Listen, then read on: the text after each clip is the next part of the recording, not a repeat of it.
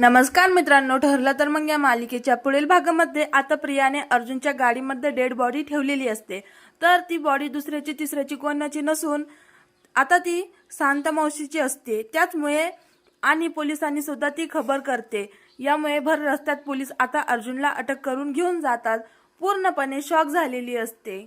तर आता प्रिया ही सायलीची मजा घेऊ लागते. प्रिया म्हणते की अंतिम खटला तूच खरी तन्वी आहे, ब्लड टेस्ट सगळं काही तुझंच करून झालंय. पण या प्रियाला हरवणं एवढं सोपं नाही. आता तर अर्जुनही जेलमध्ये गेला, आता तू एकटी काय करणार आहेस?